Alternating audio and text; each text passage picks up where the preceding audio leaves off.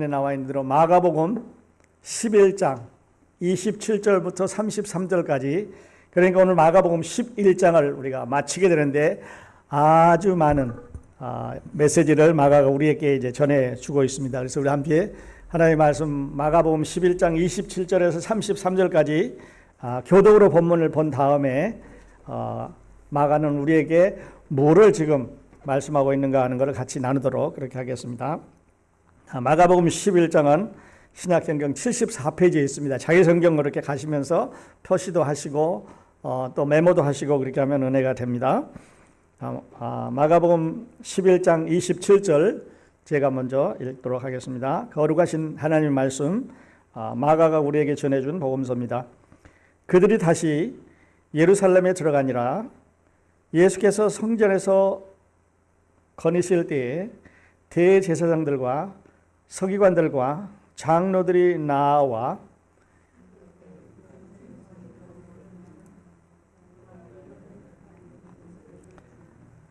예수께서 이르시되 나도 한 말을 너희에게 물으리니 대답하라.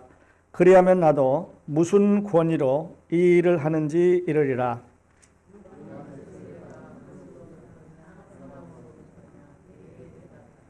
그들이 서로 의논하여 이르되 만일 하늘로부터라 하면 어찌하여 그를 믿지 아니하였느냐 할 것이니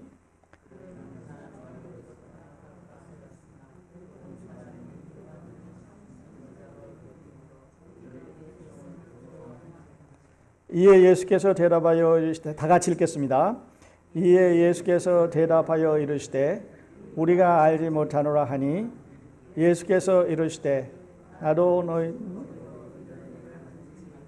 너희에게 이르지 아니하리라 하시니라. 네, 감사합니다. 짧은 이런 구절입니다만은 또 우리가 익히 잘 아는 이런 구절인데 이 안에 마가가 우리에게 전해주는 많은 메시지가 들어 있습니다.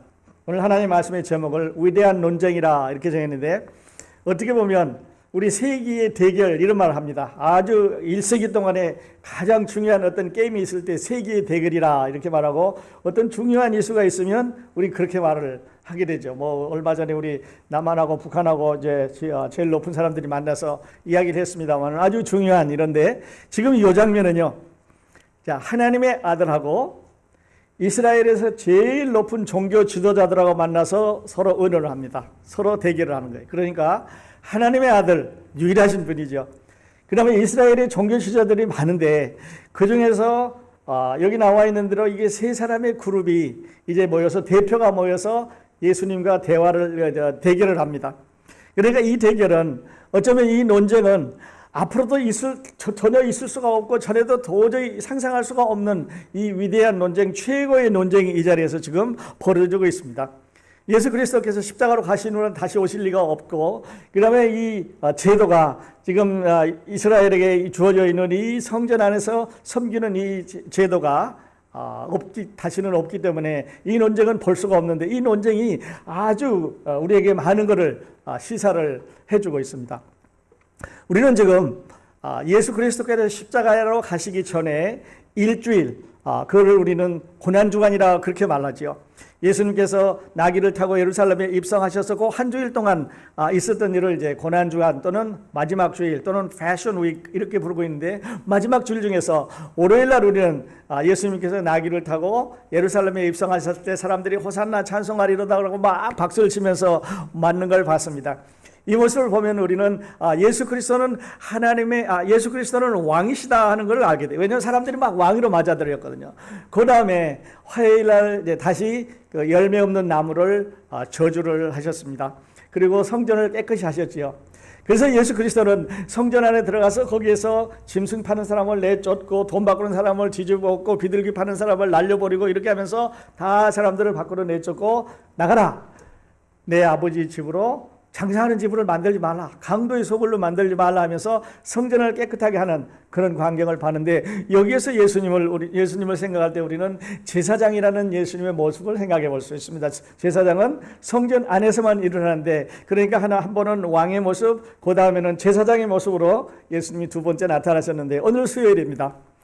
그러니까 다시 수요일 날 아침에 이제 예수님께서 예루살렘에 오셔서 예루살렘 성전 안에 들어가셨습니다. 가장 긴 날입니다. 이날 가리키는 게 제일 많습니다. 아마 시험 공부를 다 하시고 밀린 숙제를 다 하셔야 되고, 이제 오늘 지나면 예수 그리스도는 목요일 날 자기 제자들과 같이 얘기를 해야 되고, 예수님께서 정해진 다른 프로그램이 있으시기 때문에 사람들을 만나서 공개적으로 어떤 가르침을 주는 날은 오늘이 마지막입니다.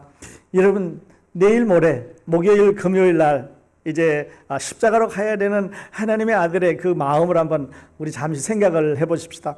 세상에 오실 때 그는 어느 날 어느 시간에 십자가로 가야 된다는 프로그램을 갖고 오셨습니다. 그러니까 예수님께서 갈릴리에 계시고, 예수님께서 저 가버나움에 계시고, 이 북쪽에서 활동하시다가 예루살렘에 내려오셔서 이제 마지막으로 예루살렘 안에 들어가는 이 광경은요, 이제는 그의 삶이 끝났다. 이제는 그 모든 것이 다 끝나서 이번 주일 이후에 그는 다시 세상에 없다고 하는 프로그램을 갖고 오신 거죠. 그래서 마른 무화과 나무를 이제 저주를 하셔서, 지난주에 우리 말씀을 드렸는데 저주를 하셔서 왜 말랐느냐? 나무가 뿌리부터 가지까지 다 말라서 잎사귀까지 다 말랐습니다. 그래서 그 유대인의 이스라엘의 모든 시스템이 전통적으로, 아니면 종교 지도자를 뿌리부터 시작해서 기둥을 바치는 그 잎사귀까지 다 말름으로 인해서 도저히 열매가 맺지 않는, 하나님 앞에 하나님을 영화롭게 할 수 있는 이런 나무가 아니기 때문에 말랐다고 말씀을 하셨습니다. 그리고 이 무화과 나무가 말린 것은 이스라엘이 앞으로 고난을 받을 것이다 하는 것을 예언적으로 말씀하신 거니까, 지금 월요일부터 화요일, 수요일 여기까지 하시는 예수님의 모습은 먼저는 왕으로, 다음은 제사장으로, 그리고 여기는 이제 선지자로, 예언자로 말씀을 하고 있는 그런 모습을 이제 3일 동안 봤습니다. 그리고 오늘은 이제 디베이트를 합니다. 성전 안에 들어가서 그 당시의 종교 지도자들과 이제 디베이트를 이제 논쟁을 하시게 되는데, 거기 들어가 보니까 대제사장들, 서기관들, 장로들이 있었습니다. 대제사장은 제사장이 한 사람만이 있는 게 아니기 때문에 전국에 다 퍼져 있는, 성전마다 다 퍼져서 제사장들이 있었기 때문에 아마 여기 예루살렘에 있는 이 예루살렘 성전 안에 있는 제사장들은 모든 제사장들의 대표라고 할 수가 있습니다. 그러니까 제사장들 중에서 뽑아 있는 아주 가장 실력 있는 제사장이라고 이렇게 말씀을 드릴 수가 있겠죠. 그래서 이 실력 있는 제사장들이 있었는가 하면, 그 다음에 두 번째 그러면 서기관들입니다. 이 서기관들은요, 성경을 해석하는 데 있어서 이 사람들이 최고 권위자입니다. 그래서 하나님의 말씀 구약 성경에 이렇게 기록이 됐는데 이해가 없다든지 잘 이해가 안 가면 이 서기관들한테 가서 물어봅니다. 이 서기관들이 이건 이렇다 하면 판정을 하면 그렇게 되는 거고, 이게 아니다 라고 판정하면 그렇게 안 되는 이 성경학자들입니다. 요즘 말로 하면 신학자, 아주 최고의 신학자들이라고 말씀을 드릴 수가 있겠죠. 그러니까 제사장 중에 대표입니다. 신학자 중에 대표입니다. 그리고 여기 세 번째 그룹이 나와 있는데, 이 사람이 장로들이죠. 장로들은 평신도 중에서 존경받는 사람입니다. 그러니까 평신도 중에서 돈도 많고 존경을 받는 이런 사람들이 이제, 그러니까 부와 명성을 가지고 있는 평신도 그룹의 대표자입니다. 그래서 다시 정리해 보면 대제사장은 시니어 프리스트 또는 chief priest, 영어로는 그렇게 말씀드리겠는데, 시니어 프리스트, 제사장, 전국에 있는 많은 제사장 중에서 대표라고 할 수 있는 제일 그 큰 높은 권한을 갖고 있는 사람이고, 두 번째 서기관은 성경학자들이고, 세 번째 이 장로들은 일반인 중에서 귀족의 그 계급을 가지고 있는 사람이지만 백성들로부터 부와 명성을 가지고 존경을 받는 이런 사람들이 이제 성전 안에 있었습니다. 그런데 예수님께서 제자들과 함께 그 성전 안에 들어가셨는데요, 예수님은 어디서 오셨습니까? 저 갈릴리 바다 북쪽에서 오셨습니다. 그리고 거기에서 쭉 살았기 때문에 말도 액센트도 갈릴리 사람이에요. 또 옷 입는 것도 바닷가의 사람입니다. 그리고 그가 어떤 학문적인 배경이 없습니다. 예루살렘에 유학을 해가지고 유명한 선생님 밑에서 성경을 공부했다든지, 아니면 제사장으로 임명을 받았다든지, 안 그러면은 그 누구와 어떤 종교적인 관계도 없는 사람이기 때문에 어떻게 보면 비교가 안 되는 사람이에요. 예수님은 전 사람이죠. 예수님은 또 교육을 안 받은 사람이죠. 예수님께서는 예루살렘에서 사는 사람이 아니기 때문에 아주 낮은 계급의 사람이라고 볼 수가 있고, 당시에 이 세 분류의 사람들은 아주 최고 높은 이스라엘의 종교적인 문제의 모든 권위를 가지고 해결하는 산헤드린 멤버라고 볼 수가 있는데 거기 이 사람들하고 예수님하고 맞붙어서 대화를 합니다. 본문에서 보셨습니다마는 그 중에 이 세 그룹의 사람들 중에 누군가가 얘기를 합니다. 여보시오 젊은이, 당신이 지금 우리나라에 오셔가지고 지난 3년 동안 전국을 돌아다니면서 뭐 죽은 사람도 살려내고 그 보리떡 5개하고 물고기 2마리로 뭐 5,000명도 먹이는가 하면은 또 4,000명도 먹이는 기적도 일으키고 죽은 사람도 살려내고 바다 위로도 걸어가고 귀신도 쫓아내고 병자도 고쳐내고 귀머거리도 고쳐내고 안진뱅이도 고쳐내고 이렇게 해서 많은 기적을 행하는데 여보시오, 당신 무슨 권위로 이런 일을 하는 거요? 우리나라에 와서 우리가 지금 여기 종교적으로 제일 높은 사람인데 우리 말고는 이 땅에서 종교라고 하는 것에 있어서 이 하나님에 관한 것에 대해서 얘기할 사람이 없는데 당신은 어디서 누가 권위를 주어서 이 일을 하는 거요? 이렇게 물어봅니다. 이게 디베이트의 첫 번째 질문이에요. 여러분, 우리 이제 주일날 아침에 이렇게 교회에 올 때 어떨 때는 참 불편해할 때가 있습니다. 교통순경이 딱 길을 막아놓고 차를 한 대씩 보냅니다. 바빠 죽겠는데 차를 한 대씩만 보내니까 다 줄 서서 사람들이 그 교통순경이 손 움직이는 대로 이렇게 그 말을 들어야 돼요. 근데 누군가가 내려서 여보시오, 나 바빠 죽겠는데 당신 이게 뭐 하는 거예요? 빨리빨리 가게 못하고 저리 비키라고 막 간다 그러면 그 사람은 조금 이상한 사람일 거예요. 교통순경은요, 그 일을 하라고 권위를 국가로부터 받았습니다. 그러니까 그 제복을 입고 있는 그 사람이 일을 하는 게 아니라 국가가 국민을 위해서 우리들을 위해서 안전하게 보내줄 수 있는 책임이 있는 거죠. 그런데요, 아마 전에는 없었습니다만 요즘 공항에 가보면 참 불편합니다. 옛날에 그저 표 있으면 그냥 짐 보내고 비행기 타게 되는데 그 표만 있으면 확인하면 탈 수 있었는데 이제는 막 갈 때부터 뭐 엑스레이를 지나가야 되고 또 엑스레이 지나간 다음에 짐은 또 열에 붙여야 되고 줄 서야 되고 뭐 패스포드를 몇 번씩 보여줘야 되고 뭐 그냥 아이디를 보여줘야 되고 뭐 이렇습니다. 또 그냥 거기 통과하면은 뭐 벨트, 남자들 같으면 벨트도 풀어야 되고 신발도 풀어야 되고 뭐 우도도 벗어야 되고 주머니에 있는 거 다 꺼내라 그러고 또 그냥 짐은 또 엑스레이로 또 지나가지요. 그냥 그것만 가면 좋겠는데 가서는 뭐 손을 들고 서 있으라 그럽니다. 그래서 뭐 기계가 빙 돌아가면서 뭘 하라 그래요. 또 발자국이 있는 데다가 발을 딱 대야 되고 뭐 손은 어디다 붙여야 되고 하라는 대로 해야 됩니다. 만일에 거기서 당신이 뭔데 그래? 나 좀 빨리 가게 해주셔 하고 덤비는 사람이 있다면 그 사람은 조금 이상한 사람일 거예요. 왜냐하면요, 그 사람들이 그렇게 하고 있는 것은 그런 권위를, 그렇게 일할 수 있는 권위를 나라에서 줬습니다.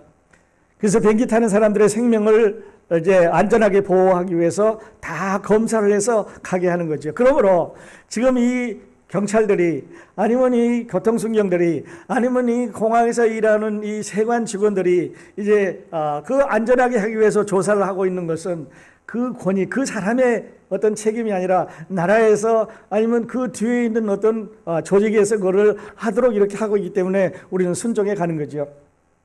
예수 그리스도께서 지금 말씀드린 대로 이 땅에서 많은 일을 하십니다. 어떨 때는 죽은 사람 살려내고 말씀드렸던 대로, 어떨 때는 귀신 쫓아내고, 어떨 때는 뭐 귀머거리 듣게 하고, 어떨 때는 벙어리 말하게 하고, 어떨 때는 안주명이 일으키고, 어떨 때는 문둥병자 고쳐주고, 어떨 때는 많은 사람을 먹여주고 하는 일을 그 나라 안에서 하게 될 때 이제 이 대제사장들과 서기관들과 장로들이 의문이 있습니다.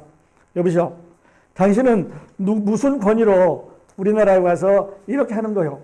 그리고 그 권위를 누가 줬어? 라고 이제 따져 묻는 거죠. 우리는 압니다. 예수 그리스도의 권위를 누가 주셨는지 알지요. 예수 그리스도의 권위는 하나님께서 주셨습니다. 예수님께서 세례 요한에 나가서 침례를 받으실 때 하늘이 열리면서 성령이 비둘기같이 그 위에 오리락내리락 하셨지요. 그리고 하늘에서 말씀하시기를 이는 내 사랑하는 아들이요 내 기뻐하는 자라 라고 이제 하늘이 열리고 말씀하셨고 그 위에 성령이 비둘기같이 내려서 이 사람은 예수 그리스도는 내가 보낸 내 아들 세상 죄를 구원하기 위해서 보낸 메시아라고 하는 것을 증명해 주셨습니다. 그리고 얼마 후에 또 변화산상에 가 있을 때 거기서도 그랬죠. 모세와 엘리야가 나와서 대화를 하고 난 다음에 하늘에서 이는 내 사랑하는 아들이요 내 기뻐하는 자라고 또 한 번 확인을 해 주셨습니다. 예수님은 하나님의 권위로 이런 일을 하는 거지. 그러니까 지금까지 누구도 이런 권위를 갖고 세상에 내려와 있는 사람이 없었습니다. 그런데 저 사람들은 지금 예수님한테 따집니다. 여보, 보니까 예루살렘에 사는 친구도 아니고, 여보, 보니까 교육을 많이 받은 사람도 아닙니다. 여보, 보니까 부자도 아니고, 여보, 보니까 제사장이 될 만한 사람도 아니고, 서기관이 될 만한 사람도 아니고, 또 이제 대제사장으로 이렇게 여기서 섬길 만한 사람이 아닌 거지요. 그런데 이 일을 하기 때문에 이 사람들이 묻습니다. 세 사람의 그룹이 물어보는 거죠. 무슨 권위로 이런 일을 행하느냐? 예수님이 대답해야 됩니다. 나는 이런 권위로 이 일을 행한다라고 대답을 해요. 나는 하나님이 보내셔서 하나님께서 이 일을 정하셔서 보냈기 때문에 나는 그가 정한 대로 그 코스대로 그가 하라는 대로 이렇게 한다라고 말해야 되는데 본문에 보니까 그렇게 안 하는 거예요. 예수님께서 직접 대답을 안 하셨습니다. 그리고 그 대답하는 대신에 그러면 내가 Let me ask you one question for you. 내가 너희들한테 질문을 하나 하겠다. Answer me. If you answer my question, I will answer your question. 다시 말씀드려서 내가 너희들한테 질문을 하나 하겠는데 이 세 사람에게 질문을 하나 하겠는데 당신들이 내 질문에 대답을 하면 나도 당신들의 질문에 대답을 하겠다고 이렇게 말씀을 합니다. 어떻게 보면 예수님께서 그들에게 하는 질문의 답을 모르기 때문에 지금 다른 질문을 한다고 생각하지 마십시오. 왜냐하면요, 예수님께서는 이 사람들과 지난 3년 동안 서로 만나서 대화를 했습니다. 서로 만나서 다투었습니다. 서로 만나서 악유를 한 거지요. 가는 곳마다 이 사람들이 와서 그 예수님에게 이제 시비를 걸고 예수님에게 왜 그러냐고 해서는 안 되는 일이라고 이제 시비를 걸은 거지요. 나중에 또 결론으로 한번 말씀드리겠습니다만은 바로 마태를 부르는 날, 마태가 세관에 앉아 있었습니다. 그래서 예수님이 나를 따르라 이렇게 말했지요. 마가복음 2장에 있었던 말씀인데요. 그래서 마태가 예수님을 따라갔습니다. 그런데 이 마태는 레위라고 하는 이름을 가졌었는데 아주 좋은 직장입니다. 세금 걷는 직장이니까 그냥 로마 사람들이 이스라엘 백성들에게 세금을 매겨주면 그냥 그거는 비율대로 거두면 되지만 그러나 어떤 거는 매겨주지 않는 게 있습니다. 예를 들어서 통행세 하면 통행세는 5%를 거둬라. 그러면은 물건을 가지고 가는 데 따라서 이제 좋은 물건도 있고 나쁜 물건도 있기 때문에 자기가 평균 5% 이제 세금을 매긴다고 하면 조금 더 매기는 거예요. 그래서 자기 주머니에 집어넣고 또 어떤 거는 세금을 매기지 마라. 그러는 것도 자기가 세금을 매겨서 자기 주머니에 집어넣고 이래서 사람들이 만나기를 싫어합니다. 길거리에 만나도 그 가족들까지도 그냥 서로 만나기를 원하지 않는 이런 사람이 예수님을 따라갔어요. 그리고 그날 밤에 여러분 그때 함께 공부하셨습니다마는 마태가 자기 친구들을 다 불러 모았습니다. 가버나움에 있는 자기 친구들 세관원에 있는 친구들 다 불러 모았습니다. 뿐만 아니라 그날 밤에 그 섬에 살고 있는 모든 깡패들 또 도둑놈들 또는 이 세상 말로 하면 보통 사람과 어울릴 수 없는 이런 사람들을 다 자기 집으로 이제 초청을 했습니다. 같이 모여서 파티를 하기 위해서 모인 거지요. 자, 세금 걷는 마태도 죄인입니다. 그리고 그 집에 모인 사람들은 무슨 다 깡패니, 또 몸을 파는 이런 여자들이니, 아니면 남의 물건을 훔친 도둑놈이니, 아니면 감옥 갔다 온 사람이니, 아니면 어떤 연유로 해서 아주 흉측하고 고약한 사람들이 그 집에 다 모였습니다. 그리고요, 예수님을 초청을 했습니다. 어떻게 보면 구약 성경에 의하면 죄인의 집에는 들어가서는 안 된다고 말합니다. 물론 음식을 같이 먹는 것은 상상할 수도 없는 일이고 그 집에 들어가도 안 된다고 구약 성경은 금했는데 마태는 예수님을 그날 밤에 자기 집으로 초청을 했습니다. 자기 친구들 중에서 다 고약한 사람, 나쁜 사람만 초청을 해놓고 그리고 예수님을 그날 초청을 하니까 예수님 안 가셔야 맞는 건데 그 집에 가셨습니다. 그 집에 들어가셔서 파티를 합니다. 음식을 먹고 즐겁게 대화를 하고 서로 웃음꽃이 피고 있는데 그 중에 한 사람이 찾아왔습니다. 여기 있는 이 사람들 그룹 중에 한 사람인 서기관이 찾아왔습니다. 여보시오. 이 사람들은 사회에 나쁜 사람들이야. 이 사람들은 버려진 사람들이고 이 사람들은 도저히 구제불능한 사람들, 이 사람이 하늘나라에 대해서 이야기할 수 있는 가치가 없는 사람인데 당신이 하나님의 아들이라면서 왜 이렇게 나쁜 사람의 그룹하고 어울린단 말이오. 당신은 지금 율법을 범하고 해서는 안 되는 일을 합니다. 이렇게 말했죠. 그때 예수님이 뭐라고 그러셨냐면요. 여러분 기억하시는지 모르겠습니다만은 건강한 사람에게는 의원이 필요가 없고 병든 사람이라야 의원이 필요한데 내가 세상에 온 것은 바리새인이나 서기관이나 장로들이나 제사장이나 당신들처럼 이렇게 완전한 사람, 더 이상 죄라고 하는 건 나는 내 죄라고 하는 것은 없다라고 하는 스스로 완전하다고 하는 의인이라고 하는 사람을 위해서 내가 세상에 온 게 아니고 이 사람들 보라. 세리, 죄인, 말로 표현할 수 없는 깡패, 감옥 갔다 온 사람, 살인자, 이런 나쁜 사람 여기 다 모여 있으니까 이 사람들에게는 내가 필요하다는 거지요. 예수 그리스도가 세상에 오신 목적은요. 완전한 사람, 죄 없는 사람, 나는 내 스스로 하늘나라 갈 수 있다. 내 노력으로 열심히 해서 하늘나라 갈 수 있다라고 생각하는 사람은 예수 그리스도가 필요가 없습니다. 왜냐하면 자기 노력으로 자기 스스로 하늘나라 갈 수 있으니까요. 여러분 오늘 예배에 참석하셨는데 여러분 스스로 나는 내가 노력을 해서 내 스스로 하늘나라 갈 수 있다라고 생각하시는 분이 계시면 여러분은 의인입니다. 뿐만 아니라 여러분은 예수 그리스도가 필요가 없으십니다. 그런데 여기 있는 죄인들처럼 나는 이름은 안 나왔지만 여기에 거짓말하는 사람도 있을 거고 이제 남의 물건을 훔친 사람도 있을 거고 미워하는 사람도 있을 거고 여러 가지 죄로 인해서 내 스스로 하늘나라 갈 수가 없다고 하는 죄인 그룹에 속한다면 여러분은 예수 그리스도가 필요하신 분이에요. 예수 그리스도가 필요한 거죠. 그래서 이 세 사람의 그룹들은 예수님이 가는 곳마다 이제 그 물고 넘어졌습니다. 그래서 예수님이 그 사람들에게 다시 질문을 합니다.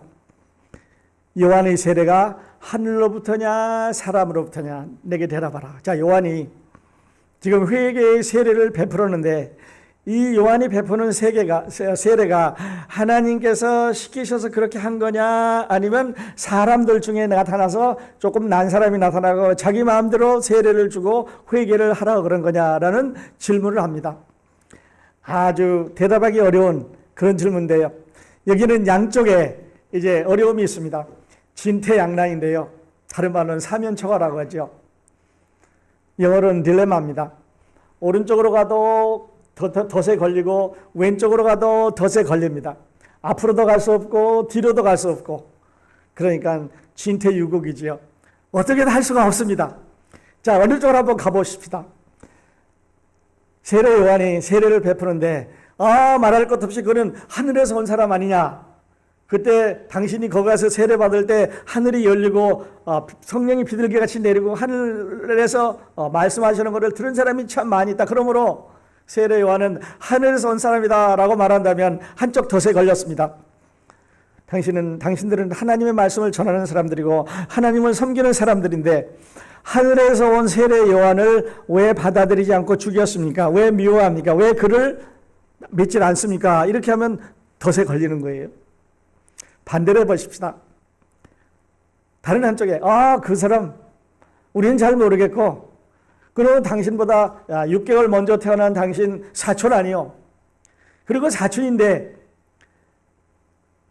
어느 날 나와서 그 당신을 소개하면서 예수님을 소개하면서 그가 이제 내 뒤에 오시는 일은 내가 그 신발을 끈기에도 감당하지 못할 만큼 위대하신 분이 메시아가 하나님의 아들이 오는데 나는 그를 소개하기 위해서 왔다. 이렇게 말합니다.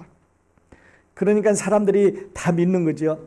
자, 그러므로 만일에 하늘에서 왔다 그러면 왜 안 믿었냐 그럴 거고 사람으로부터 나왔다고 한다면 수많은 사람들이 지금 믿고 요한을 따라가고 있는데 만일에 이 사람으로부터 왔다 그러면 사람들이 데모라도 일으켜서 당신들의 해석은 틀렸어. 당신들이 하고 있는 말은 맞지 않습니다.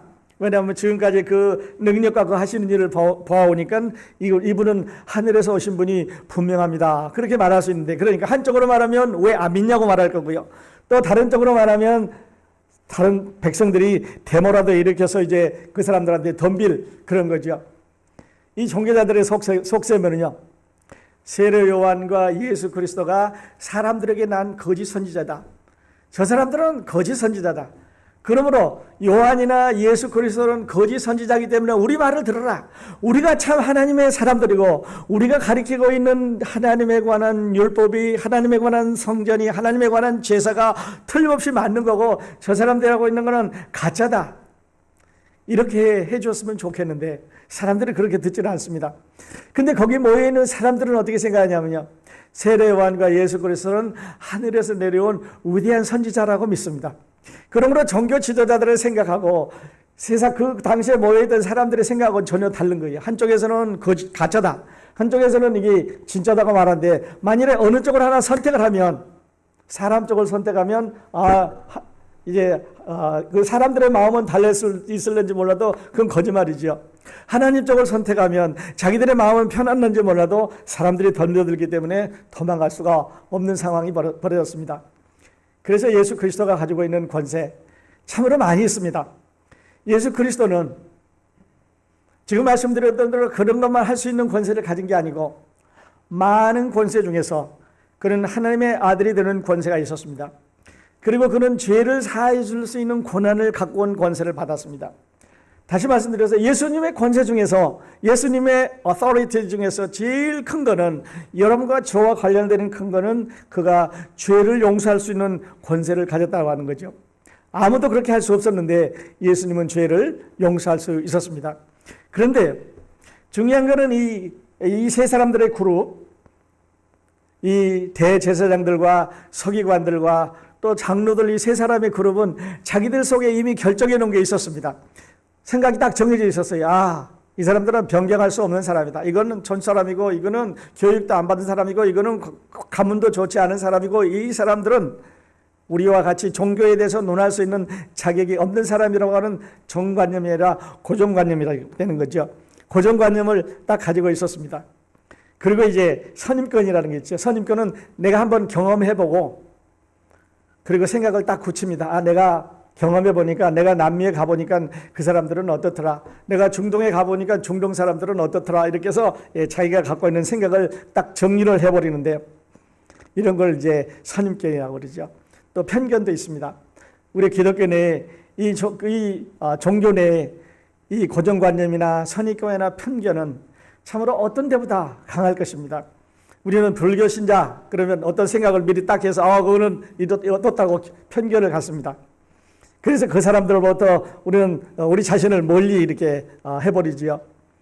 또 그렇지 않고 다른 어떤 종교, 아니면 우리하고 다른 교파, 어떤 다른 교회, 우리하고 다른 어떤 사람들의 그룹을 만나게 되면 우리는 이 고정관념이나 선입견이나 편견이 작용해가지고요, 그 사람들하고 간격을 두는데, 중요한 거는요, 같은 하나님을 부르는, 하나님의 이름을 부르는, 같은 성경을 가지고 있는, 같이 나와서 예배를 드리는 사람 중에 우리와 같은 자리에 없다고 해서, 우리와 같은 자리에 같은 교회에 안 나간다고 해서 그들은 나쁘다든지, 그들은 잘못됐다든지, 그들은 틀렸다든지, 그들은 그렇게 해서는 안 된다고 하는 생각을 갖는다면 우리는 고정관념의 노예입니다. 선입견의 노예지요. 우리는 편견을 가지고 있습니다. 그래서는 안 되겠지요. 아마야 우리 크로스포인트의 여러분은 그런 생각을 아무도 또 가진 분이 한 분도 없으시기를 바랍니다. 틀린 것이 아니라 다른 것입니다. 틀린 것은 사과하고 배는 서로 같은 과일이 아니죠. 사과하고 배는 틀립니다. 그런데 고구마 중에서 큰 고구마, 작은 고구마는 틀린 게 아니라 다른 거지요. 빨간 고구마하고 노란 고구마는 색깔이 다른 거지 틀린 고구마가 아닙니다. 한 봉지 사과 중에서 큰 사과, 작은 사과, 후지 사과, 어떤 와싱턴 사과, 여러 가지 사과가 있다면 사과 중에서 다른 것이지 틀린 게 아닙니다. 다르다는 말과 틀리다는 말은 분명히 다른데, 같은 기독교 안에서 같은 하나님의 이름을 부르는 사람들 안에서 저 사람들은 틀렸다고 말하는데요, 틀리다 말은 사과하고 배가 틀린 거지요.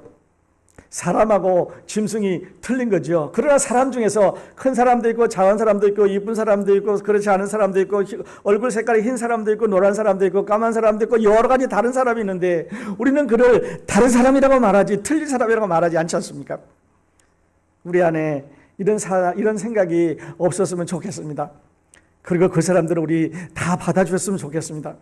여러분도 그들에게 다가가서 틀린 게 아니라 다르다고 말씀드리고 그 다른 사람들도 우리가 받아들여서 틀린 게 아니라 다른 사람으로 섬기는 방법이 다르다고 교파가 다르다고 하나님을 섬기는 여러 가지 제도가 다르다고 말씀드릴 수가 있는데 여기에서 말씀하는 하늘로서냐 사람으로서냐 이 교리가 이 이론이 여기에도 적용이 됩니다.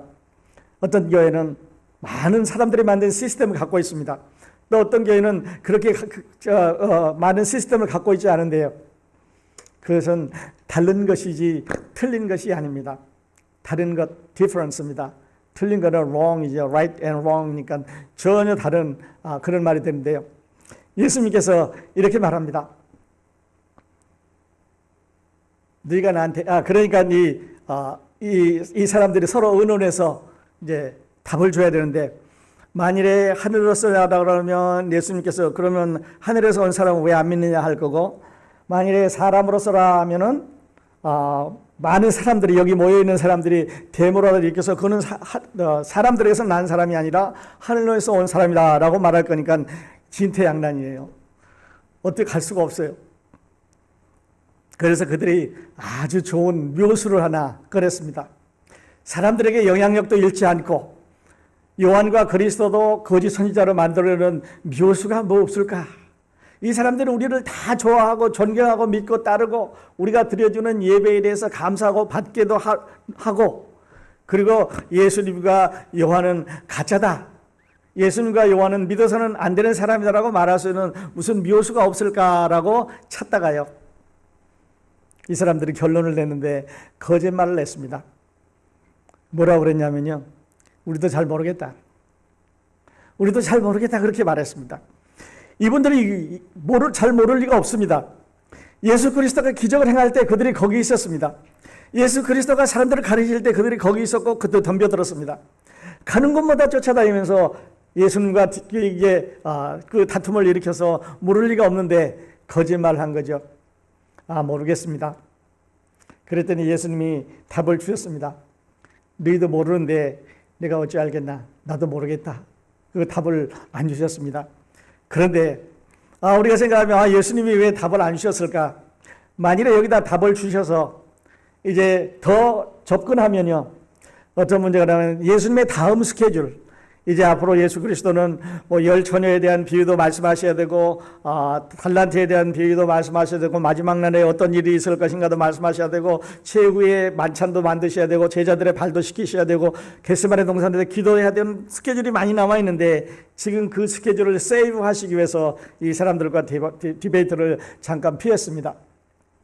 오늘 말씀 이렇게 결론을 내보시죠. 아까 말씀드렸습니다만 예수께서 세리 마태를 부르시면서 그 집에서 갖는 파티를 한번 생각을 해보십시다.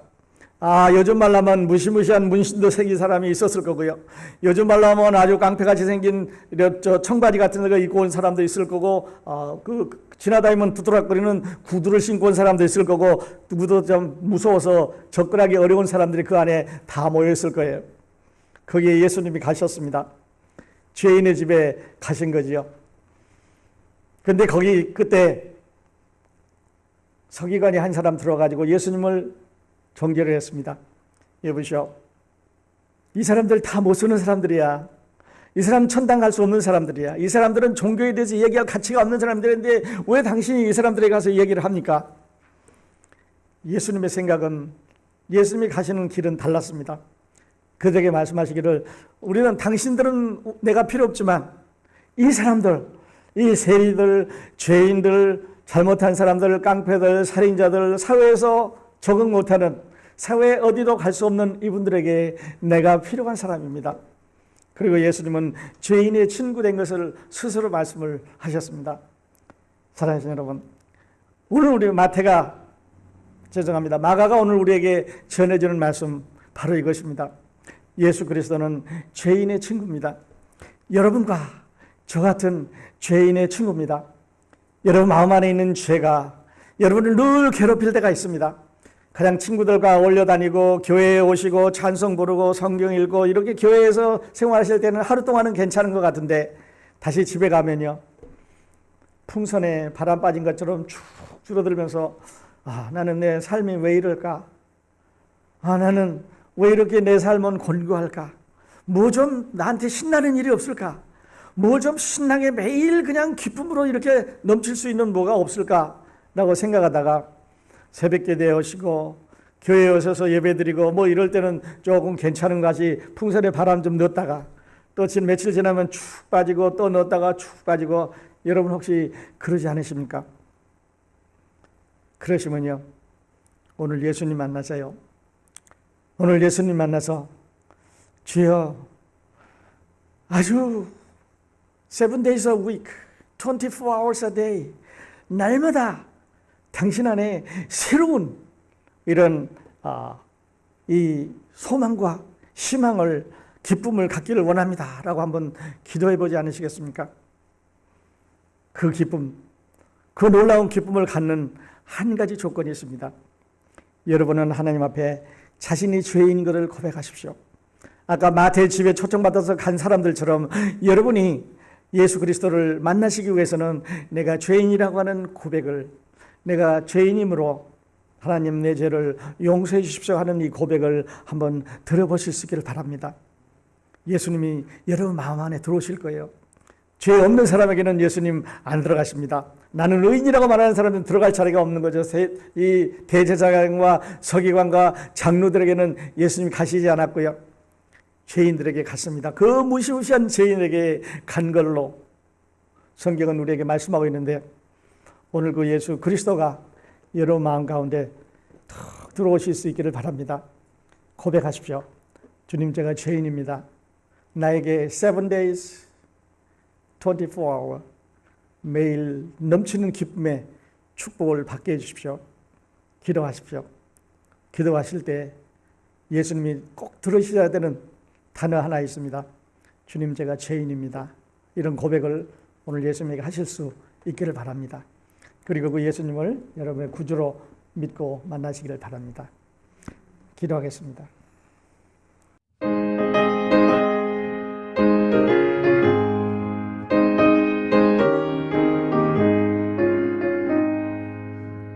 빛의 사자들이